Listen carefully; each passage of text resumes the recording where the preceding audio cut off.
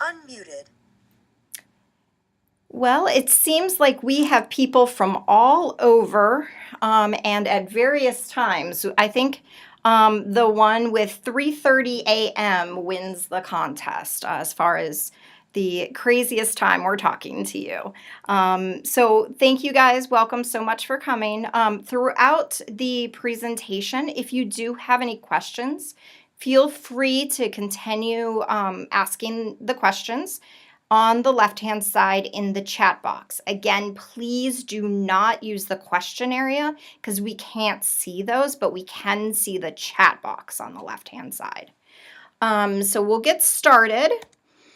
Let's see here. So there are three of us presenting for you today, and I'm just going to share our webcam for a minute to show you that we're actually here and this is not a recording. Guys. Hello. Hi. Hello. So the person who's speaking right now is Sarah. I'm the assistant director. I'm the program manager for the Abroad at AU program. I'm also most of your academic advisor, with the exception of Japan. And Ethan, if you can. Yeah, hi everyone. My name's Ethan Merritt. I'm also one of the assistant directors here, and I'm the advisor for the incoming Japanese students here at Abroad at AU. Hello, everyone. I'm Ariana, and I'm the program assistant, and I help create the event calendar for all the fun things you'll do while you're here, but also many of you have already spoken to me in regards to your documents and making sure everything looks good for your visa. Okay, as we get started, in general, if you have any questions for us, we strongly recommend that you use the email address located at the bottom of this screen, abroad@au@american.edu. There are three people in this program, and we all have access to the Abroad at AU email account. So even if one of us is out, we should be able to see your question and answer it if you send it to the Abroad at AU inbox. It will be a quicker response time. Keeping that in mind as well, if you have questions about anything at AU, please direct them to us at abroad@au@american.edu. So you guys are in a special program at AU, and a lot of people don't necessarily know how you're different than, say, a regular international student or even just a regular undergraduate student at AU. Because of that, we may know the answer to your question a lot more quickly than, say, the housing office or the billing office or anything like that. So please do contact abroad@au@american.edu first if you have any questions. All right. So here's the agenda of what we're going to go over today. We have J1 visa and travel plans, housing information, both on campus and off campus, health insurance and immunizations, course registration information, orientation, and then just a little bit about our program and like the events that we do. We will send out a link of this and with a recording of this session after the probably toward the end of this week. So you will be able to reference it in when you're actually registering and doing a variety of things. But the nice thing about being here with us right now is you can ask questions as you go along. And they are, again, you should be asking those in the left-hand side chat area if you do have any questions. Let's see here. First of all, we're going to talk about your J1 visa and travel plans. Let's see here. So we are in the process of getting all of the J1 visa support documents done as soon as possible. Once we have documents, we will mail them to the international office at your home institution. Again, we're in the process of doing this now. We've sent out a few of them. We expect to get the majority out by the end of April. We have a number of documents we need to do. So just hang tight if you haven't heard from us at all. There are a number of you who also need to submit updated financial documents. If we've reached out to you about that, please be sure to do that. And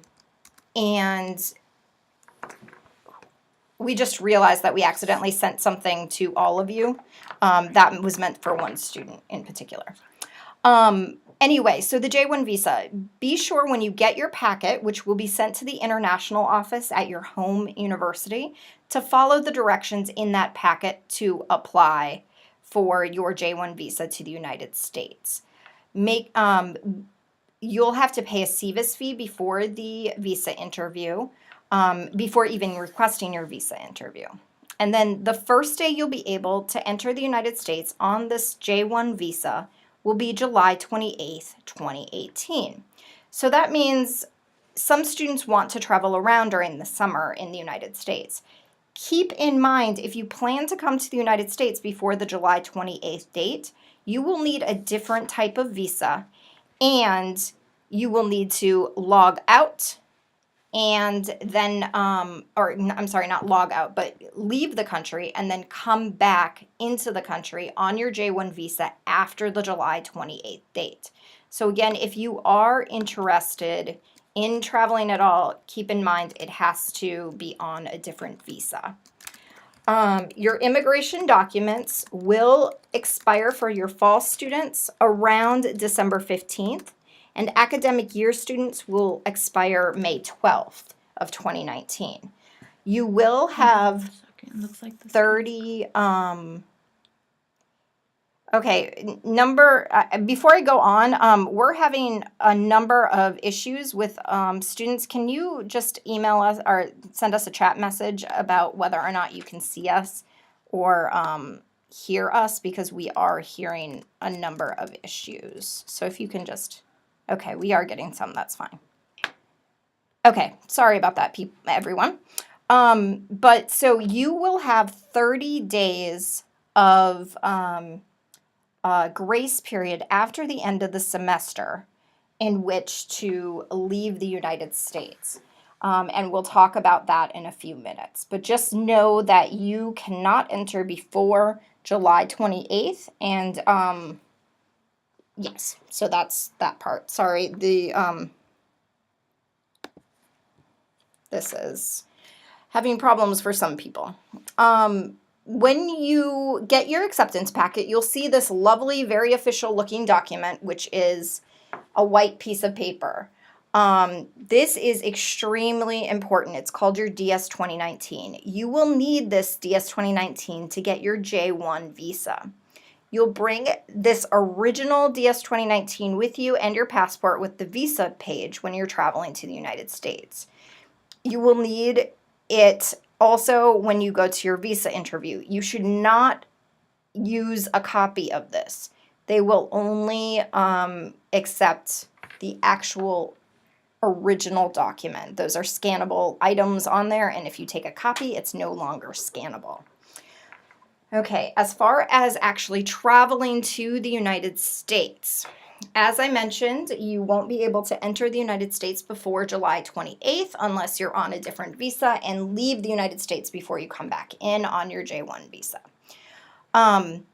If you're planning to live on campus, you should also note that the dorms don't open until Saturday, August 18th at 9 a.m. You won't be able to stay on campus before this day. So just keeping that in mind, that if you plan to arrive in DC and you happen to live on campus, you won't be admitted to the dorms until that time. So you should plan to get a hotel or hostel or something else if you arrive before the 18th. In general, though, we recommend students arrive on campus between August 19th or 20th to get settled before orientation. During the 19th and 20th, we will have optional activities, which Ariana will talk about toward the end of this presentation. And so you won't be alone during those dates. You're just not required to do any of them. Mandatory orientation begins on the 21st of August. And again, it's mandatory. That means you must show up for it. It's really important, not just for all the very important information we give, but it's also the time that you'll meet so many more students in the exact same situation as you. And they may end up being your lifelong friends if you come. If you miss the orientation, you might actually miss out on those friendships that you could have made and make your semester extra special. Now, if you're living off campus, you might want to arrive a week or two early to get settled in. Normally, there's a little bit more to do. You might need to buy more things for your room, whether that be furniture or whatever, if you are living off campus. So just consider doing that if you are arriving or if you are living off campus. The last day of finals for the fall semester is going to be December 15th, 2018. If you live in the dorms, you must leave by the next day at noon. Even if you are a student for the full academic year, so fall and spring, you should plan to leave your room on December 16th by noon. There is housing available in the winter or during the winter break, but it won't be the same room for that month that we have off. Normally they move you into a different dorm during that time period. So just know that you will not be able to be in the dorms after the 16th. We've had some questions about whether or not, if you are an academic year student, if you're able to travel back to your home country after the fall semester and then come back to AU in the spring. Most of the time, yes, you absolutely can do that. It will depend, though, on whether or not you have a multiple entry visa in your passport. So once you get your visa, just double check. Most students do get the multiple entry ones. Meal plans will be available if you're living on campus as soon as you arrive, so no worries about food availability and things like that. We generally recommend that if you're making any kind of travel plans for after the semester, that you wait to do that until after December 15th, as far as like what dates you plan to move around and everything, because you won't know your exam schedule until classes begin. So you won't know the exact date that you're done until your schedule is finalized. Now, I mentioned earlier that you do have a grace period of 30 days after the end of your DS 2019 document. So again, if you're a fall student, that will be around mid-January, that you have between January, say 15th or so when finals end, until mid-January, about January 14th, to see the country or do whatever you need to in the United States. That does not mean that after December 15th, you can leave the United States, say you really wanted to see Canada, and then come back in and enter on a J visa. So just keep in mind that if you are planning to leave from a different country before you go to your home, that you should leave directly from there. You shouldn't plan to come back into the United States unless you have a visa in which to enter the United States as a tourist. We've had students get caught up in that and end up having to Federal Express their stuff back home to them, and it's very costly. So just be planning to stay in the United States for that 30-day grace period, or to leave at some point in that time period. Do you guys have any questions about travel plans or when you should arrive or things that are required as a part of the J1 visa?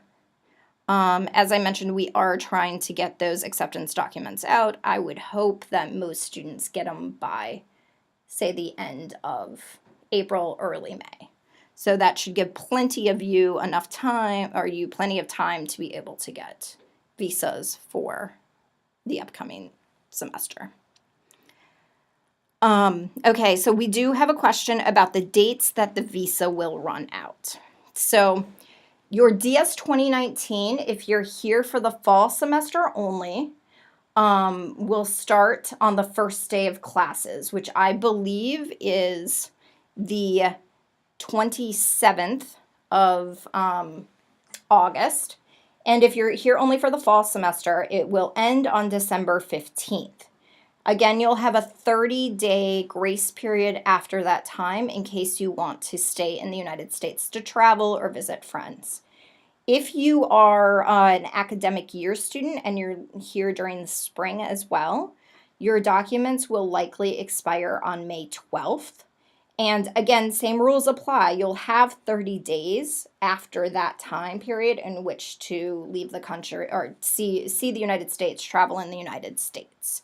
But you are eligible if you have a multiple entry visa to enter and leave the United States during the academic year as long as you follow the directions from our international office that we'll give you during orientation. Okay, going forward, we're going to talk about housing. Okay, let's talk about on-campus housing. Ariana's going to talk about off-campus in a few minutes. But for on-campus housing, the good news is that basically anyone who applies for on-campus housing will receive a placement. So that's the good news. The on-campus housing application is not available yet. It will be launching soon, probably sometime next week. You'll be getting an email to let you know once that application is open. And you would apply through your MyAU portal. So obviously just make sure all of you should have your access to your MyAU account and portal at this point. But once you do get notification about the housing application being open, please do apply as soon as possible. That would be recommended. And just so you're aware, after you apply, there'll be a bit of a wait. You'll probably receive notification about your placement sometime in beginning of August. So don't be alarmed if there's a wait for a month or two until you get word of your housing placement. So just want to get that right off the bat. Now let's talk a little bit about the types of housing that we have here at AU Campus. So the nice thing about AU Campus is that it's actually a very small campus. I mean, you can walk from one end of the campus to the other in 15 minutes or less. So all the on-campus dormitories and residences have equally easy access to all the buildings, facilities, classroom spaces, etc. So you really shouldn't worry about ease of access. In terms of the preferences you might have, bear in mind that when you apply, you can indicate your preference, but you will have to obviously agree to the housing placement that's given to you. So they try and match preferences as best as possible, but not in all cases. So typically in the residences we have, there is a variety. A lot of the residences on campus are what you consider traditional dorms, where there would be traditional rooms. These will be a shared room, again, often a double room, and again, a traditional dorm-like style atmosphere. So you're in a shared room on a shared hallway or floor with a group of several other rooms, and together you share a bathroom with a set of rooms on a floor. So again, what you envision as being your traditional dorm-style housing, that's very common here at AU in that traditional room format. There is, again, in all cases here, all these types of housing, I should say, it's always going to be a shared room. So all on-campus housing is a shared room, which in most cases will always be a double. So you're typically going to share a room with just one student. In some cases, there can be triples, but typically students are not put in triple rooms unless they specially request that. So again, for all these different styles, you will at least have one roommate, however, you'll be typically in a double. The other style is suite style. So this is more of like a cluster of maybe 2 bedrooms or so, again, a shared room. And the cluster of those rooms then share a bathroom. So this is the kind of a suite style. There's a shared bathroom. You'll have in your room, you'll have one other student, but then you'll be sharing a bathroom facility with maybe 1 or 2, maybe 3 other rooms, depending on the residence. So that's the typical suite style housing. And then finally, we have apartment style housing. This is pretty self-explanatory. It would have everything you'd expect of an apartment style living. We'll talk more about apartment style housing a bit more with the off-campus options with Ariana, but again, that is an option too in some of the university residences. So what is housing like on campus? I should mention that basically as far as what's included, there's all the residences, all the rooms will have built-in closets, wardrobes, storage cabinets and dressers, a bed, a desk with chairs, bookcase. So in terms of furniture, there's really nothing to worry about. You will have all the basic furniture you might need as a student here at AU in your residence. There was a question about kitchen facilities for students who might want to do cooking. In all residences, you will have at least have access to some kind of basic kitchen facility. So regardless of what the residence type is, there will be at least access to some kind of basic kitchen facility if you really want to do some of your own cooking while you're here at AU. So I just want to just to clarify that point. So what's not included in the room are things like bedding, towels, hangers, things like that. And that's why, as was mentioned earlier, some of the optional activities that will be happening before the mandatory orientation will be a couple of guided shopping trips where you'll get to go all as a group together to a very popular store nearby that has a lot of great stuff for your dorm room. So we'd encourage you to take part in those activities if you want. But again, those kinds of things you'll need to kind of buy once you're here or rent. But basic furniture and everything is going to be always included. In terms of who lives in the dorms, it's generally speaking, there'll be a big cross-section of students that live in the on-campus residences at AU. Generally speaking, students will probably be under 21 years of age who are living in the dorms. So you will be, again, fully integrated. You'll be living mixed in with American students, international students in your residence. But bear in mind that if you are over 21 years of age, you may want to at least consider the option of the off-campus housing. And Ariana will be talking about that momentarily. Also be aware that with on-campus residences, you are, of course, beholden to AU's housing policies. AU campus is a smoke-free and alcohol-free campus. So again, if those kinds of rules and policies might feel problematic to you, that's another reason to possibly consider off-campus housing instead of on-campus. So along with students, every residence and floor will have typically an RA, so there's a resident assistant there to help students with any kind of housing issues or personal issues that might be going on. Each residence has an RD or resident director that kind of, again, oversees operations there in the residence. So there is you will always have access to someone to support you while you're living there in whatever residence you're in here on campus.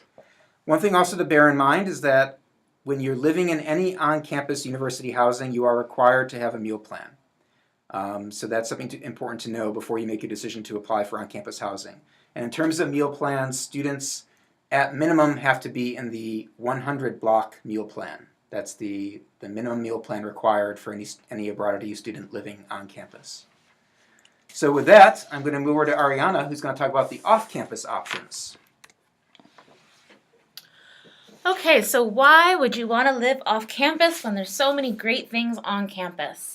As Ethan mentioned, AU is an alcohol and smoke-free campus. So if you want the liberty of having the ability to do that in the privacy of your home, we recommend off campus. You also have a preference of your roommate, or if you'd like to live alone, that's always an option. And it can be less expensive to live off campus, especially if you're interested in living in a triple room. On average, our students pay $900 a month for their rent. The lowest rent reported was $720, and the highest was $1,150 per month. Approximately 65% of students have utilities included in their rent. So utilities mean electricity, gas, water, internet, cable. About 15% have only some of those things included, and 20% have none of those things included. So those are things to also think about when you're thinking about your housing options. As Ethan mentioned, if you move into off-campus housing, you will likely have to get your own furniture. You can rent furniture. There is a company called CORT, spelled C-O-R-T. They do rental furniture. And there also will be talking about some other resources that you can look at for housing options. For example, in your Abroad AU application portal, there is a required reading called Off-Campus Housing. It is a housing guide that our housing office has produced, and it will tell you all the different neighborhoods that you might want to take a look at. For example, neighborhoods around AU include Tenley, Glover Park, Cleveland Park, Friendship Heights, and AU Park. There's a couple of apartment complexes very nearby within walking distance, such as Berkshire and Avalon. But again, the off-campus housing guide is really going to be your number one source for this information. You can also look for it online at the american.edu's website. There's a whole off-campus website web page, which will also include contact information if you need further information. In addition to that, many of you have already been added to the Abrada AU 2018 to 2019 Facebook group. If you have not already, be sure to add Sarah B. Harlow onto Facebook and ask to join that group. Once you join that group, you will see a couple of links included in a post about housing and sublet AU and AU housing. These are two Facebook groups that include Abrada AU students from the previous semesters who will be able to help connect you with some housing options, furniture, all that good stuff. Some students do find that it's easiest to find housing once they're here. If you are stressing about housing, please do not worry. There is plenty of housing to go around here in DC. But if you have any questions at all, please let us know. All right. Do you have any questions about housing before we either on campus or off campus before we move on to the next set of information? As Ethan mentioned, I'll just kind of talk through to see if anybody is asking questions, but as Ethan mentioned, there are very, very few single rooms on campus. So while you can put a single room down as a preference, chances are not very good that you'll get it. So if you absolutely must live alone, please do consider living off campus. Or if cost is a very real concern for you and you're considering a triple, it may just be better to live off campus because you might get more for your money off campus.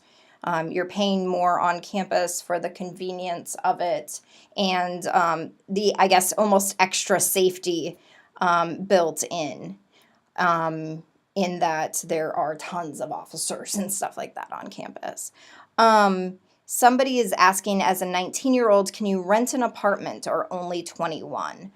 It will really depend on, officially in DC, you only have to be 18 to be able to rent an apartment and have your name on official documents. So you can do it as a 19-year-old. But again, as a 19-year-old, you're likely to fit in fairly well with the other students on campus. So as a 19-year-old, you may want to consider on-campus housing. It's not necessarily a straight break in age, but we have found older students to be a bit more happy off campus and younger students to be a bit more happy on campus because this might be one of your first experiences independently, and there's still a fair amount of support on campus that younger students like. All right, so we're going to move into health information, the first of which will be immunizations. So just to start off, this requirement is not an Abrada AU requirement. This is not an AU requirement. This is a District of Columbia, Washington, D.C. requirement that you have these shots. So there is absolutely no way you can get out of this unless you're over the age of 26, in which case you are officially being able to waive out of this. But if you are under the age of 26, it is a requirement, and if you do not do this requirement, you may not get a transcript after your semester is over, and there may be no way to prove you actually were here. So please be sure to fill out this form and have it signed by a doctor by the July 15th deadline. Now, I've heard from a few students that the 2018-2019 form is not up yet. I'm sure it will be up shortly, so just check back in another week or two in order to do it. There are a series of shots that you do need to have, and most students have the majority of these already, whether because your country requires it or your schools require it or whatever. There are oftentimes a few shots that students may not have. One in particular is hepatitis B. If you have not gotten that shot, that is 100% okay. Or if you haven't gotten another shot, that's completely fine as well. But you should either get it in your own country if you can, which I recommend because it's probably cheaper than doing it in the US, or at least start the shots if it's a series of shots at your home, in your home country. They For hepatitis B in particular, it does have to be a series of shots done, I believe, something like 2 months apart or something like that. So it might be a situation where you have 2 shots in your home country, but then once you come to the United States, you have to get the third one. Again, you can absolutely get those shots at the health center. When you arrive in DC, it just may cost you money, particularly if you do not have AU's health insurance. The instructions for how to fill out the actual form are on the first page, but in general, though, you're going to download it, have your doctor fill it out, sign it, and then you'll send it to the health center. The health center is the one and only exception to our rule from the first page where we said, please email us first. In the case of the health center, since we do not have the expertise about immunizations or health insurance, that's the one time you should be emailing a unit on campus or a department on campus directly first. If you're having trouble with contacting them or anything like that, please reach out to us, certainly, but please contact them first because they are going to be your best option.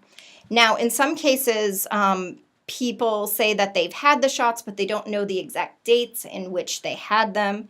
In that case, you will need to get what's called a titer test, where they take your blood and see if you have the immunization for that particular disease or virus or whatever they are. So just note there are ways to do it even if you don't necessarily have the best records from your home, but you will need to have the form completed by your doctor.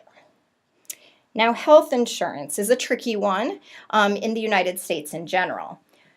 There's a lot of information about health insurance in your online application under the required reading sections. It's I believe it's called AU Health Insurance. It also gives you details about if you choose to waive AU Health Insurance. We'll be going over those basic things here, but please note that you will want to read these requirements very, very closely, as they are requirements of both your visa and as a student in the District of Columbia. In general, we do strongly recommend that the student health insurance plan be used by our students, because we've historically had some students waive the AU plan and then realized that their coverage was actually not really enough. And that resulted in huge medical bills that they weren't quite prepared to pay. So we know AU's health insurance seems really expensive, but if you actually follow all the required guidelines, it's pretty reasonably priced for the ridiculous price of the American healthcare system. It is important that you have everything taken care of if there are any problems with your health while you're here. Again, if you have specific questions about the insurance, this is the one time, along with your immunizations, where you should email the office directly. We ask that you enroll in, if you choose the AU health insurance, to plan to enroll in that by August 1st. If ultimately you choose not to enroll in it, but also not waive your health insurance, you will automatically at some point be enrolled in the AU health insurance, but you may not be able to benefit from all the pharmacy and health coverage that you would have gotten had you enrolled by August 1st. So please keep the August 1st date in mind. Now, having said all of that, I do know that a number of you come from countries where you have very strong health care, and they are able to pay your health insurance or have your health insurance while you're in the United States. So there is still the option of a waiver. Again, in general, we don't recommend this, but if you have very strong insurance that meets all of our guidelines, you are welcome to waive it. This is a two-step process. And again, it should all be done by August 1st. The first step is you'll want to verify that your insurance that you plan to use meets all the J-1 visa requirements. Again, this is a requirement of the U.S. government. This has nothing to do with American University or anything like that. These requirements are in your health insurance document on your application, but you can also find more information from our International Student and Scholar Services website at AU. All of these requirements for the J-1 visa, again, are covered through AU's health insurance, so if you're not sure, just enroll in the AU health insurance. Specific details will also be included in your acceptance packet when you get them. Now, let's say you've gone through the J-1 visa requirements and you say, okay, I've gotten all of these in my other insurance, so I plan to waive. So you'll go to your iEagle website, which you'll get an email about once your visa documents or visa support documents have been processed. And it will be emailed to you, and you'll go into your iEagle account and request to waive your health insurance. Then they'll either say, yes, it's okay for you to waive your health insurance for the J-1 visa requirements, or no, it's not. Then you'll look at the AU requirements. Again, this is a separate set of requirements. They are very, very similar, but not completely the same. So please be sure to read them closely. If you meet the J-1 requirements, you can then go into the AU student insurance requirements. One of the big requirements that AU has is that you must have a claims office in the United States. So keep that in mind when you are actually trying to waive your insurance and talking to your insurance companies. If you've already gotten approval in step 1 and you want to do step 2 because you meet all the requirements there, you can go through your My AU portal and waive the AU insurance. And then they'll either say, yes, you have permission to waive, or no, we're not waiving your insurance. So again, it's a long, tedious process, but it's done this way to protect you.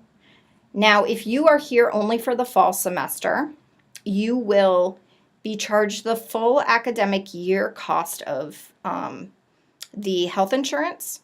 And then in November, you will get a refund when we confirm with the health office that you are returning to your home country. So just keep that in mind. You do have to pay a fair amount up front, but that's to protect you in case for some reason you ended up staying in the United States.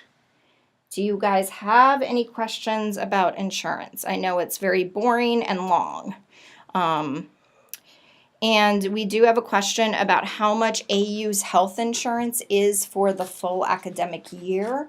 I believe it's something like $1,700. So it is in the requirements that we, cost requirements that we've sent you, but it is on our website as well. If you have specific questions about how much it is or anything like that, you can certainly reach out to us, and we'll be happy to answer that. Any other questions about health stuff? Okay, we're going to go into courses and credits, and then hopefully I'll be able to stop talking for a little bit while Ariana goes into her part. Just in general, the first steps that you need to do in order to register at AU is first pay your $500 deposit after you're admitted. And I think most of you are admitted, but there are a few outstanding applications for various reasons. But we'll give you instructions on how to pay your $500 deposit if you haven't done so already. After that, you'll want to make sure you reread all of the documents in your online portal, application portal, that are called course selection, waitlist, register for courses. That will give you very specific instructions, mostly on the stuff we're already going over here, but it's nice to have that in hand as well. Then you'll review your course approvals, and you'll request any additional courses if necessary. And then finally, you will register. So we're going to go through a lot of the stuff that in theory, you should have read a lot of this stuff already, but I know it's It's very busy and it's hard to get all of that in, so I'm just going to repeat it all. So first, you must be a full-time student while you're on your J1 visa. That means you must register for at least 12 credits, even if you don't get into your top class choices. If you're on a wait list for a course, you are not registered for that and it does not count for your 12 credits. If you're not at 12 credits by, I would say, mid to late May, maybe early June, we will put you in whatever courses we feel like we want to put you in order to bring you up to 12 credits, because again, it is a visa requirement that you be at 12 credits. Course levels. So this seems pretty self-explanatory, but a lot of students get confused about course levels. 100 to 200 level courses at AU are introductory courses. 300 to 400 level are considered advanced coursework. And in some departments, 500 level is considered graduate coursework. In some cases, it's undergraduate. So they may be closed to you as an abroad at AU student, but we can clarify that on a case-by-case basis. You cannot register for any kind of restricted courses or internships, which I'll talk about in just a minute. Now, a lot of students say, well, I'm a third-year student, so I should only take 300 or 400 level coursework. And that may be true if you're taking coursework exclusively in your field. So let's say you're a sociology major and you want to take only sociology classes and you've taken, say, 1 or 2 years of sociology work already. You're right that you would generally, in that case, want to look at the 300 and 400 level coursework. However, let's say you're at AU and it's the first time in your academic career you can take something outside of sociology and you have permission to take an international relations course. In that case, you've never had a class in international relations, so even though you are a third-year student, since you don't have that background in international relations, you should be looking at the 100 or 200 level courses in that case. Now, going into course restrictions, we have a ton of course restriction information on our website. Specifically, if you're interested in taking courses in the School of Communication, you should really pay attention to this because that's our most restricted school. But also, if you're interested in taking international service classes or business classes, you should really also look into it. In general, you're not allowed to register for any courses that say something like a program or school restriction. So it might say honors students only or only open to students in this program. You also, as a J1 student, will not be able to take online courses. And credit-bearing internships are not allowed for abroad at AU students. You may be able to take or do an internship, and we'll talk a lot about that during orientation, but you will not be able to get credit at AU for the internship. If you're interested in taking a language class, anything above the elementary 1 level, you will need to take a language placement test, and that link is in your the course selection document on your application. So also from the course selection document, we go into the different schedule of classes. There are a few ways at AU to look up what's being offered in the upcoming semester, but in general, this is the website here that we recommend that you look at. It is much clearer than some of the other ones, because sometimes on the other sites, it's not clear which courses are actually on offer that semester. So you'll want to be sure under the semester that you'll mark fall 2018, and then you'll choose a subject. We have a note here. If you are interested in the School of International Service, you'll want to make sure you do SISU, but you can also search by a variety of other things like title, course number, or instructor. When you bring up this, for instance, SISU courses, you'll want to make note of the course that you're interested in taking by writing down the course number. But there are also a lot of other pieces of information on here that could be really important and interesting to you.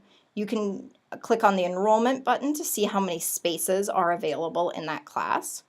You should also note the section number. So if it says 001 or 002, that will mention below that what days and times that section meets. So even though a course such as Analysis of U.S. Foreign Policy toward the bottom there is one course, there are multiple sections taught by different professors that meet at different times. So you'll want to pick the actual course section that meets on the days and times that are best for you. We've had questions on whether you can register for all classes on only 2 days a week. If you can find classes that meet when you want them to, you are more than welcome to do so. We have a question about the number of credits. For instance, if you can take more than 12 credits. And that will be answered when we send an email at the end of this week about course registration to you in particular. Some students are allowed to take up to 17 credits. Some students need to take exactly 12 credits, and it really depends on your specific situation. But the email that Ethan or I send at the end of the week will clarify how many credits you want to register for. Now, if you've been admitted, most of you would have received a course clearance document that looks something like this. And it will say exactly the courses that you've been accepted into and what courses you have not been accepted into. A lot of students, part of the reason that they weren't accepted into a course is because it's not actually on offer. Please use the schedule of classes from the previous slide that we showed you. That will give you, if it's not on that under fall 2018, that means it's not going to be on offer. So please keep a close eye on that. So you should definitely review this to see what courses we have already allowed you to take.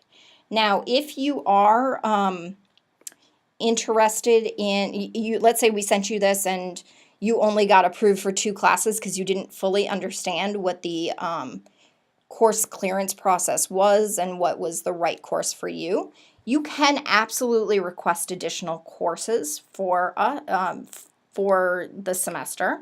You can do it in one of 2 ways. If you only have 1 or 2, please just email us at abroad@AU with additional clearance requests. But if you have, say, 10 or something that you want to send to us, that is absolutely fine too. It may be easier for you to just fill out the form in that case, but we can also accept them by email.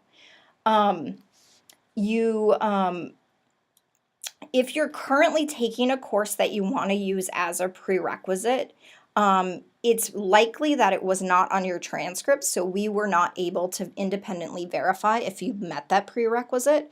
So just know that you may need to send us some kind of confirmation of your course enrollment for this semester in English. If we've asked you to do that, please also bring an updated transcript with you in August because we'll just want to verify when you come. I'm getting a question about whether it's possible to submit the course request form again, and it absolutely is possible. You can submit it as many times as you want, or, like I said, you can absolutely email us as well. Either way is completely fine. Yeah, so that's pretty much the pre-process of registration. Ariana is going to go through the fun process of what actually registering looks like. Okay, so once you are ready to start planning your courses, you will head to the My AU portal. So you are going to have a number of portals that you'll work with. So this is not your application portal. This is My AU. It will look something like this. You'll put your username and password in. It will then take you to a page. You'll go to the top where it says Academics and select Registration. Once you select that, it will take you to a page that looks like this, where you'll want to access Eagle service, or what we call iEagle. Sorry, not iEagle. Eagle service. Don't confuse the two. Eagle service. Another portal. Confused it. Yeah, so many portals, guys. Don't get confused.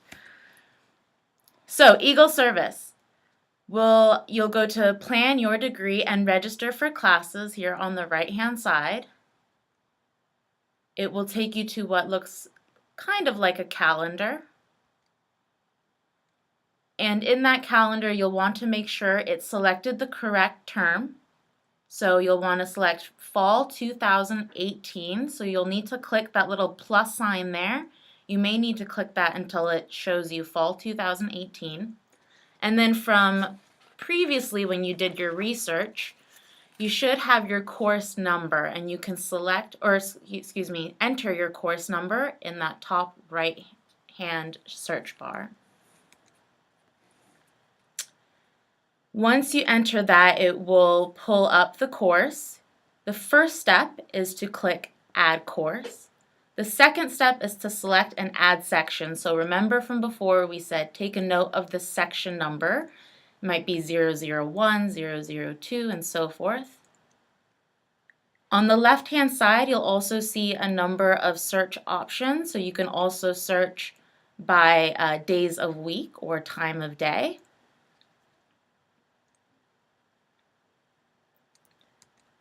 Then once you've clicked to add the section, your page might look something like this. So you'll have a couple of yellow boxes on your calendar. Take a look to make sure that the days are correct. On the top left-hand corner, you'll see another yellow bar. That will tell you your registration time. So you'll see that time. You'll want to make sure, maybe put a reminder, an alarm in your phone to remind you. And then that top gray bar there will say register now. It will stay gray until your registration is available.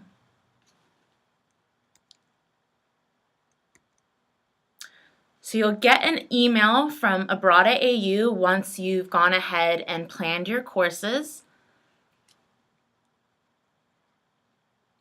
And then once your registration time has come up, you are ready to register.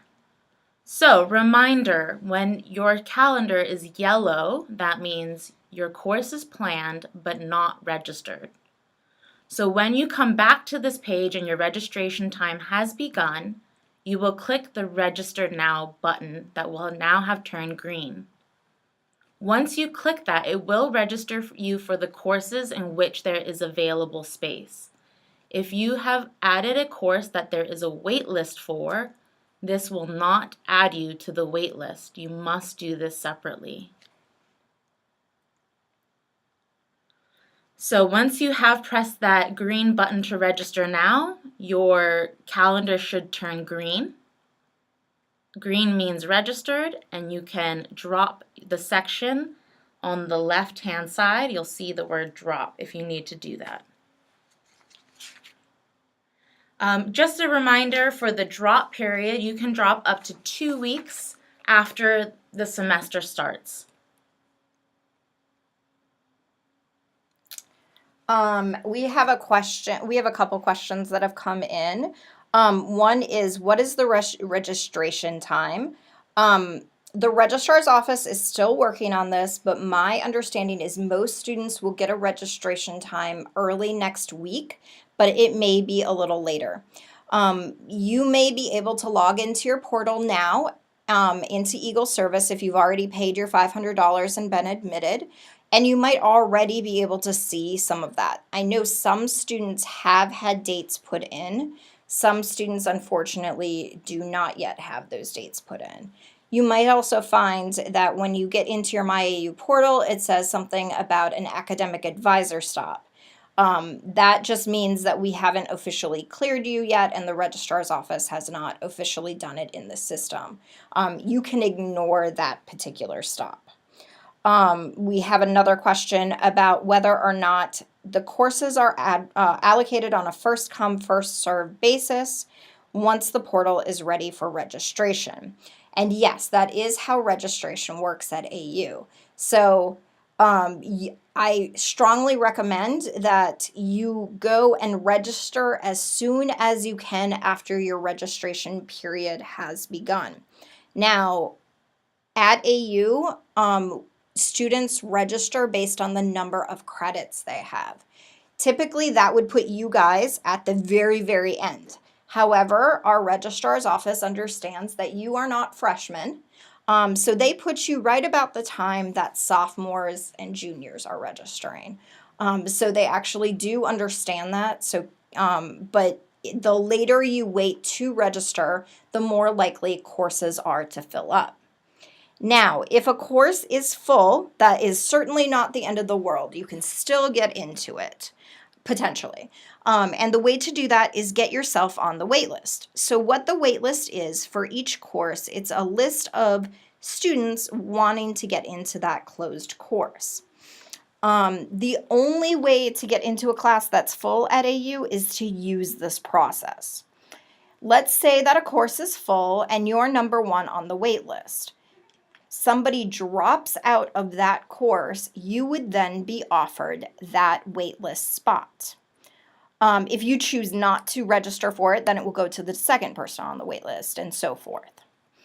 If you are offered that spot off the waitlist, you must register for the course within 24 hours after the email is sent. There will be a deadline in the actual email when you need to actually register for the course. If you miss that 24-hour window, you will have missed your opportunity to get into that course. So you'll want to be sure that you're checking your American University email because that is where it's going to be sent. So either if you're on the wait list, either be checking your email daily, your AU email daily, or at the very least have your AU email forwarded to to the email that you are planning to check on a daily basis. You will ultimately be the one responsible for making any changes. So if for some reason you do miss that spot, you will be put on the bottom. You can add yourself again, but you'll be put on the bottom of the wait list. You have missed the opportunity to get onto the wait list where you were. You're only allowed to be on 3 wait lists at any time.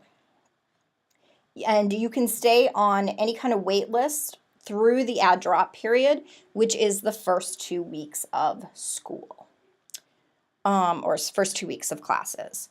Now, as Ariana mentioned, when you press that nice greenish colored register now button, it will let it register you for any classes where there is a spot.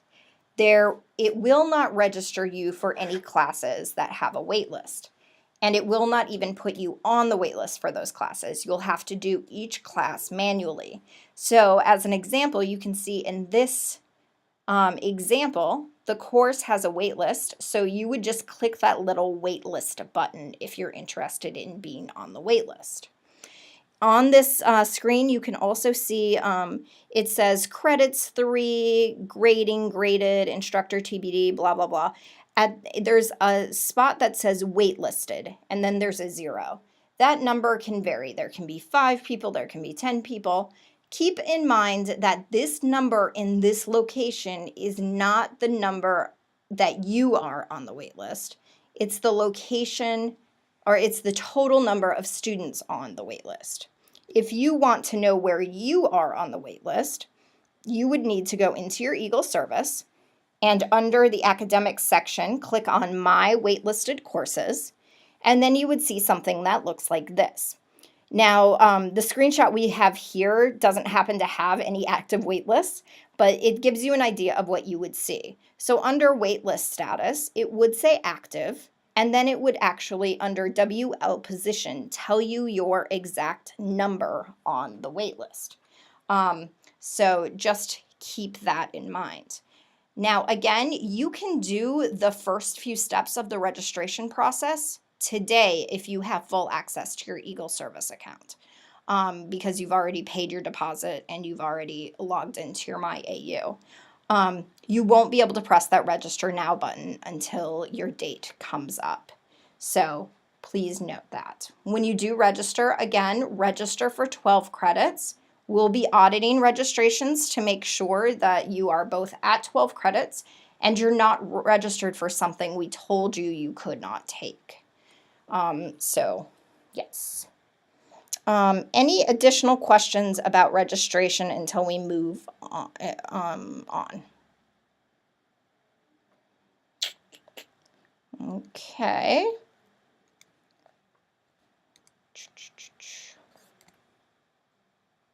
Ariana will talk about orientation. Okay, well, I know you're all very excited to arrive in the country, so we do have a lot of things to get through on arrival. So when you get here, mandatory sessions, these are the sessions you must come to, are on August 21st and the 22nd. During this time, we're going to do document upload for your immigration check-in, get your AU student ID cards, your U-Pass, which is a card that you will use for your time here that will get you access to public transportation here. We'll talk about student services on campus, employment and visa regulations, American classroom and academic integrity, and navigating your American experience. Optional activities that will be going on throughout the week. We will have campus tours, shopping trips, a meet and greet social, group lunch and dinner outings. And on Thursday, we will do Snapshot DC, which is a photo scavenger hunt. If this is something you're interested in doing, it is in your application.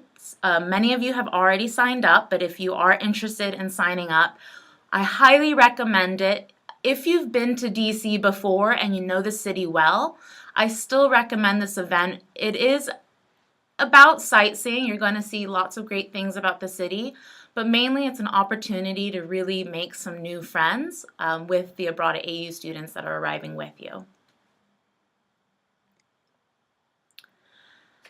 Another program we're going to have throughout the semester is our AU Buddy program. So this will match you with a current AU student who has traveled or studied abroad. So I make matches between you and another AU student based off of things such as geographical match, so that they may have studied at your university or in your country or region. Academic interests, if they have the same major as you, or lifestyle and hobbies. This person should serve as a contact and friend on campus for questions or information regarding DC and AU. You're also welcome to come to our Abroad at AU events together. Throughout the semester, we will have a number of fun events going on. When you arrive, it will be the fall. So we will enjoy a baseball game, we'll go volunteering, we might go ice skating towards in the winter time, we'll take you ice skating. There's basketball games, there's a lot of fun stuff going on. And we just got a question, is the Snapshot DC program also the same application system as the Buddy program? No. So the Snapshot DC program is in your Abroad at AU application, the application you've been working on. The AU Buddy program is a separate application link, and that has been sent out. It hasn't been sent out, but it is a link within your Abroad at AU application. It shows you where to. So for Snapshot DC, basically you have to say yes or no in your application if you want to do it. For the Buddy program, you will actually be linked to a separate site to about whether or not you want to do it, and then more information about yourself that Ariana can use to match you. Yes. Please try to fill out, if you are interested in the AU Buddy program, the more information you put, the better I am able to match you with somebody. It really, really helps me.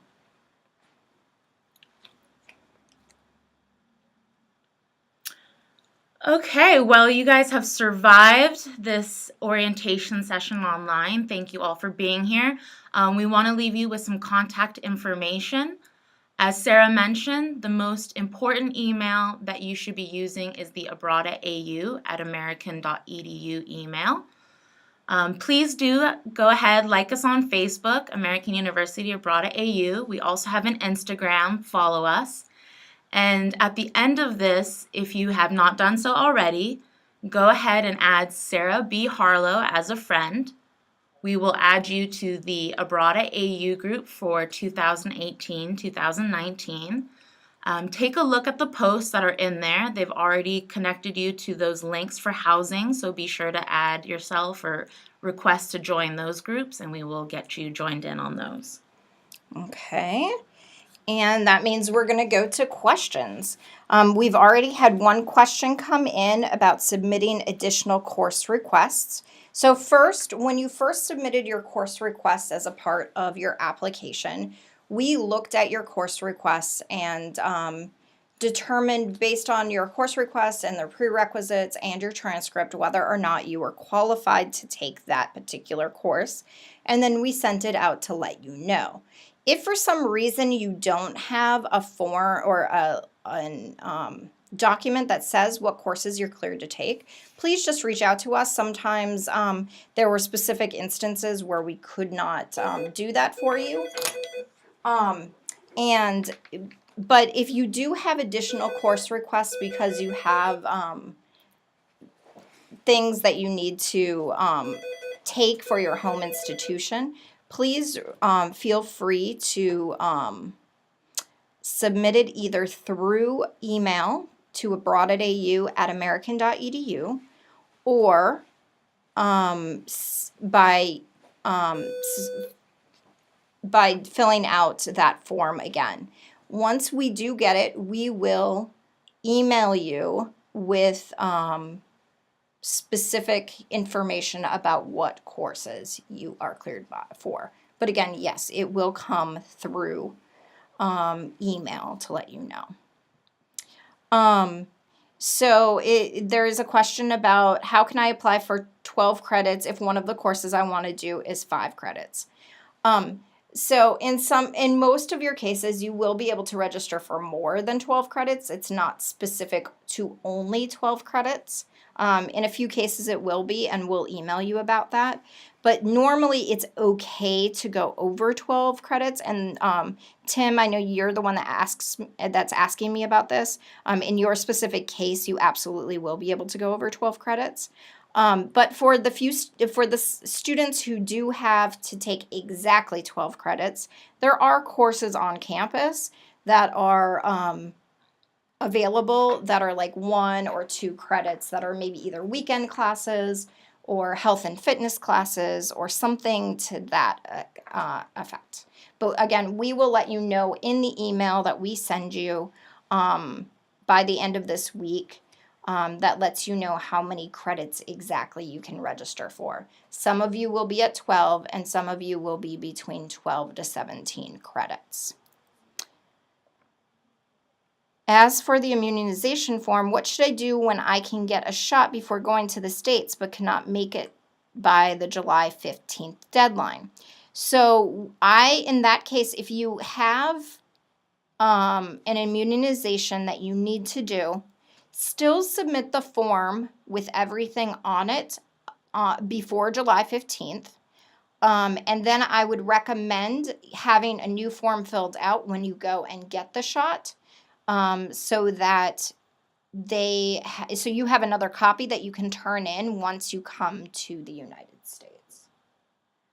Because then you'll have a record both of getting it in on the deadline, but then also getting that additional shot as well. Any additional questions? Okay. Just wait one more.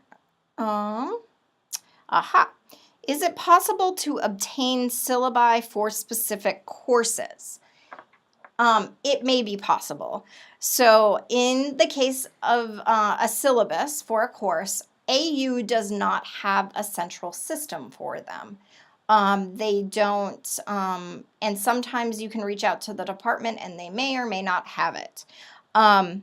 We do have some available in our office, and if not, we can try to reach out to the department if we know specifically what course you want. So please, if you do have interest in getting a syllabus, please reach out to us at the abroad@au@american.edu email address first. And then with that information, we may be able to just send you the syllabus right away, or we might need to contact the department on your behalf. But in most cases, it is possible to get a syllabus. Not always, but in most cases it is. Any additional questions?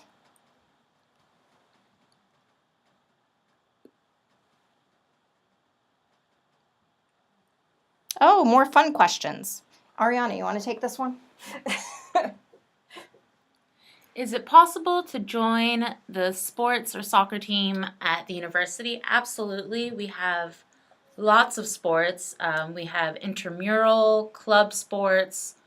What other sports do we have? We have all kinds of different Yeah. things available, and we encourage students to join sports or clubs or teams. Music groups. Exactly. Yeah, all of that information we will give to you once you arrive here. I have a huge packet of campus clubs and organizations. I think we have something like 200 student organizations on campus, so there's definitely something for everyone, and we encourage you to participate. The one, I guess, caveat to that is you won't be joining the official AU soccer team, but there are plenty of soccer/football teams, etc., to join on campus where you'd be playing other AU students. Are the dorm decision roommates by choice or random? So they are entirely random. However, if you do have a specific request and I've gotten permission from your university or your program to let you room with people from, say, your home institution, which not all universities allow. But if I have that information, I can pass it along to the housing office. They may or may not be able to accommodate the request, but you can certainly email us if you are interested, if there's someone specific you want to live with. But in general, it is random. So you might end up with anybody. And in some cases, our programs specifically say that they are required to live with an American student, for instance. So in those cases, we wouldn't allow you to. And are the roommates separate, boys from girls, or mixed rooms? So the individual room you live in will be the same gender, unless in some cases, if you specifically request opposite gender, you may be able to be placed with an opposite gender person. But if you request, but under normal circumstances, the actual room, so the other person living in the room will be the same gender as you. However, the almost all floors at AU are mixed gender. So while the room and any bathroom you share would be the same gender, that is not necessarily the case for the room 2 doors down or anything like that. But it is a separate room and separate bathroom. If you are female and you are interested in potentially trying to live on an all-female floor, that may be a possibility. Occasionally they have them, at least 1 or 2 on campus each semester. If you're interested in that possibility, please email us at abroad@AU with that request, and that will be sent to the housing office. They do generally try to accommodate that request if they do have an all-female floor. If you're male, unfortunately, you're a bit out of luck there. They do not have an all-male floor. Any additional questions? Okay, we have another question. So is the question, as an incoming student, am I able to use the university's gym? Most definitely. The fitness center at AU is great. There's a swimming pool at AU as well. So as a full-time AU student, you do have full access to the AU Fitness Center and all its facilities. So definitely, we're a big believer in staying fit while you study here at AU. Especially with all the meals you might be eating in our cafeteria. You'll want to do that. But yes, that is a part of your things that you can do at AU. Any additional questions? I like that these questions are covering more fun stuff, yes, exactly, than just the the boring health insurance stuff. Good questions, everyone. Exactly. Any additional things you guys have? Okay, speaking of meals, do I get to choose the meals from the plan or it's a set choice in the menu? You have a lot of options at AU. It's actually quite nice. So the way that our meal plans work at AU is you will select a plan with a number of meals. So let's say you choose the 150 meal plan. With that 150 meal plan, you'll also get $200 in dining dollars and $200 in Eagle Bucks. So there is a cafeteria on campus. It's called the Terrace Dining Room, also known as TDR. And most students, I think, eat the majority of their meals there. And it has everything you could possibly imagine, from pizza and hamburgers to vegetarian and vegan options to just everything you could possibly imagine. And dessert every day in case you want to add those 5 pounds. But in addition to that, we have a lot of other eateries on campus, like I don't know, I'm trying to think, like Subway and Starbucks. and Megabytes. Exactly, all The kinds shop, of different yeah. stuff. And in most of them, you can use either your dining dollars or Eagle Bucks, or in some cases, you might also be able to use one of your meal swipes for a very specific type of thing. But you have a ton of options. You're not going to be stuck with the exact same meal that everybody else at your table is eating. So there is a ton of options. Question about, I'd like to stay at the Berkshire Apartments. How long should I contact them before arriving? So I live at the Berkshire Apartments. This is Ariana speaking. You can contact them. Basically, honestly, they can take you up to the day of or the day before you want to move in. They are very, very flexible. They do a lot of month-to-month rentals, so you can contact them at any point. But if you want to wait or anything like that, they are able to accommodate more last-minute requests as well. Yeah, so if you want to, say, talk to your parents about options, you can certainly wait a little bit. But otherwise, right now they're kind of looking at more of the summer things. You might want to wait until maybe June, but you can even contact them today to see what they recommend about when you should really be working with them. Okay. Is it like 2 meals a day, or I can divide them along my stay? So basically at AU for the meal plan, it's what we call swipe based, right? So you're not restricted to a certain number of meals per day. It's really how often do you want to swipe your card, and that deducts a certain, a meal off your overall meal plan. So it's really up to you. Maybe you just want to go to the cafeteria once a day on one day, and maybe the next day you want to go there 3 times a day. That's really entirely up to you. And each time you'll swipe your card, and a meal will be deducted from your overall meal plan. Is it possible to stay with a non-student at the Berkshire Apartments? Yes. The Berks are not AU. Now, we do have some of the apartments that we were mentioning in the university managed housing. We do have some of those apartments actually located at the Berks, but the Berks officially are not affiliated with AU. They're not AU housing. So if you choose to live in the Berks, you are just a regular resident there who happens to be a student at American University. There are families who live there. There are staff members from AU who live there. Ariana lives there. So. Yeah, it is a mixed community, but there would be no way for you to move in with them unless you had an external sort of search that you were doing to move in with a non-AU student. Yeah, for instance, if you already know somebody who's, say, studying at AU or studying at Georgetown University or is a doctor in the area and a family friend, whatever, if you know that other person, you are more than welcome to apply to live with that person as to the Burks. But you won't necessarily be placed with someone else in that circumstance.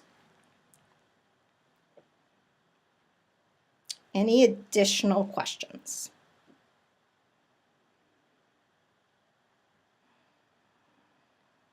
Okay. Well, we thank you all very much for joining us either this morning, afternoon, or night, depending on what time it is where you are. Again, feel free to reach out to us if you have additional questions. We'll be working with you throughout the summer on a variety of things. And we really look forward to seeing you in the fall. Thank you very much, guys. Bye, guys. Bye, everyone. See you soon. Muted. I'll let them. Check for a second.